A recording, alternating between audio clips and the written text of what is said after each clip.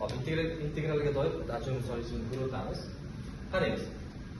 Mahrajni hosilasi suratga tengib qoladi. Ya'ni qarang.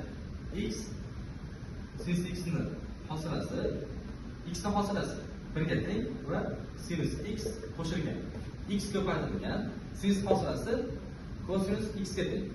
Demak, e'tibor beradigan bo'lsanglar, mahrajning hosilasi suratga teng. Barobar integral x sinus x ni hosilasi taqsim x sinus x ni hosilasi va dx. Bu hosilani differensiatsiya qilib kelsam bo'ladi. Barobar integral yo'q bir qoldi. Mahraj x sinus x ni cosec kvadrat va differensiatsiyada d x sinus x bo'lib qoldi. X o'zgaruvchimiz d x o'zgaruvchimiz, ya'ni differensiatsiya x o'zgaruvchi x sinus x ga o'zgarib qoldi. Demak, buni t deb belgilab oladigan bo'lsam, demak, bu yoq integral barobar 1 taqsim t kvadrat va dt.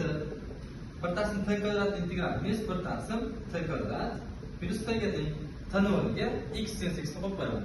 Barobar minus 1 taqsim x sinus x ni sinus x minus s ga teng.